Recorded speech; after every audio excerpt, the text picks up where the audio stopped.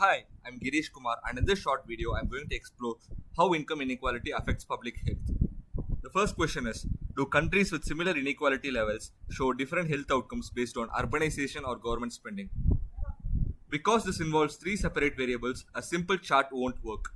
The perfect visualization for this is a bubble chart, as it is designed to display three dimensions of data on a single graph. On this plot, each bubble is a country. The horizontal x-axis represents income inequality. The further to the right, the more unequal a country is. The vertical y-axis shows infant mortality, where a higher position means a worse health outcome. And finally, a country's development level is shown by the size of the bubble. The bigger the bubble, the more developed the nation is. The overall pattern shows that higher inequality is linked to worse health. The key insight comes when we look at the size of the bubbles. The bubbles that are lower down, representing the health, are consistently larger than the ones at the top.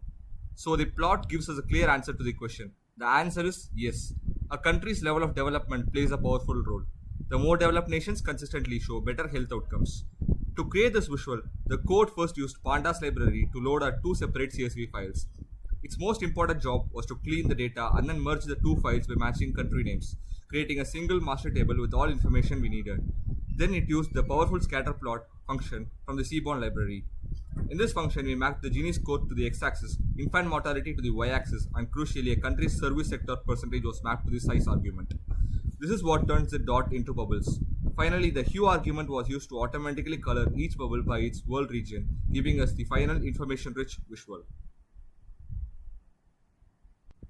The second question is: has the reduction in Gini over the years led to measurable improvements in health indicators like maternal mortality or access to clean water? To answer this, we need a plot that can effectively compare groups. A box plot is a perfect tool for this. It's a powerful statistical chart that shows the full distribution of variable for different categories, giving us a much richer story than a simple average. On this plot, we have first grouped all countries into five categories based on how their Gini index has changed over the long term. The x-axis shows these five groups ranging from the most improved on the left, countries that did best job at reducing inequality, to the most worsened on the right. The y-axis represents a key health indicator, the recent infant mortality rate, where a higher value means a worse outcome. For each group, the box shows the range for the middle 50% of countries, with the line inside representing the median or typical value. The plot reveals a clear staircase pattern. As we move from left to right, the boxes themselves step upwards. The most improved group has the lowest median infant mortality by far, and as the trend in inequality worsens, the entire distribution of health outcomes shift upwards. This gives us a clear answer: yes. The data shows a strong link between a country's success at reducing inequality and its present day health outcomes. The countries that have made the most progress on inequality are now in a significantly better position regarding public health. To create this, the code first performed a robust calculation to find long-term change in Gini for each country by comparing its latest available data points.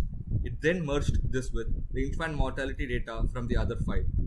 The key step was using Panda's QCut function to create our five categories, and finally we used Seaborn's boxplot function to generate this clear and insightful visual. The third question is: what patterns emerge when comparing the Palma ratio with healthcare access metrics across continents? To answer a question about patterns, we need a plot that shows the entire distribution of data, not just an average. For this, a violent plot is an excellent and visually rich choice. It's like an advanced box plot where the shape of the violin shows the full distribution and density of data for each category. On the screen are two violin plots which we can compare side by side. Each violin plot represents a different world region. The plot on the left shows the distribution of Palma ratio, where a higher value means more inequality. The plot on the right shows the distribution of a proxy for healthcare access, phones per thousand people, where a higher value means better access. The shape of the violin is key. A fat part means many countries in that region are clustered at that value. When we compare Western Europe across both plots, its Palma ratio violin is very short and low, showing consistently low inequality. Correspondingly, its phone's violin is very high and narrow, showing consistently high access. In stark contrast, look at Africa. Its Palma violin is high and wide, showing a broad pattern of high inequality. At the same time, its phone's violin is very low and concentrated at the bottom, indicating a widespread lack of infrastructure access. This gives us a clear answer. The patterns are mirror images of each other. Continents with patterns of low and consistent inequality show patterns of high and consistent healthcare access, and vice versa. To create this, the code's main job was to get a recent average Palma ratio for each country and merge it with country's dataset.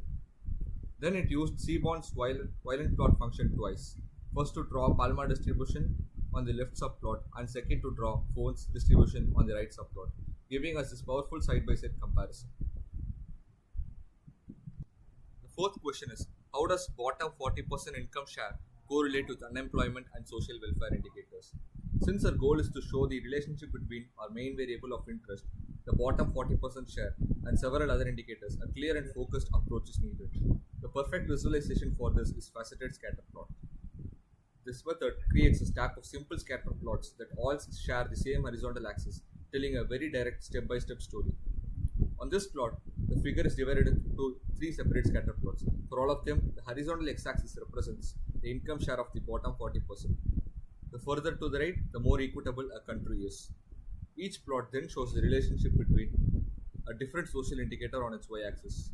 The leftmost plot compares to the literacy rate, the middle compares it to the infant mortality, and the rightmost plot to the GDP per capita.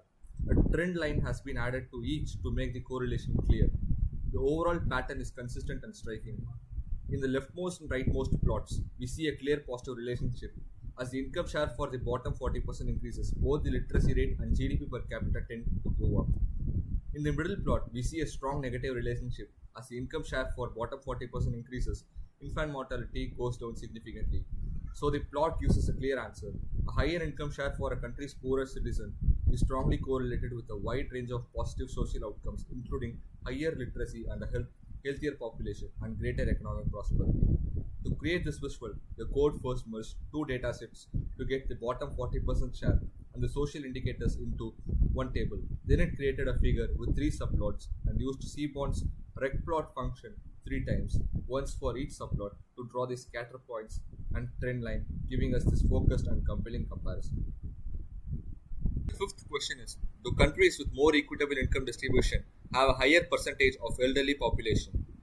To answer this, we need a sophisticated visualization that can show where a specific group of countries fits into the bigger global picture.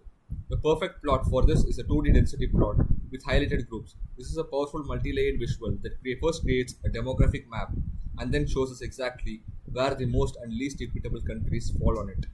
On this plot, the faint blue background contours show the demographic profile of all countries based on their birth and death rates. The darkest areas are where most countries are clustered.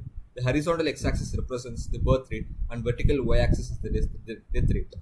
The key area to watch is the bottom left corner, which represents the profile of a mature, healthy country with an older population, low birth rates and low death rates.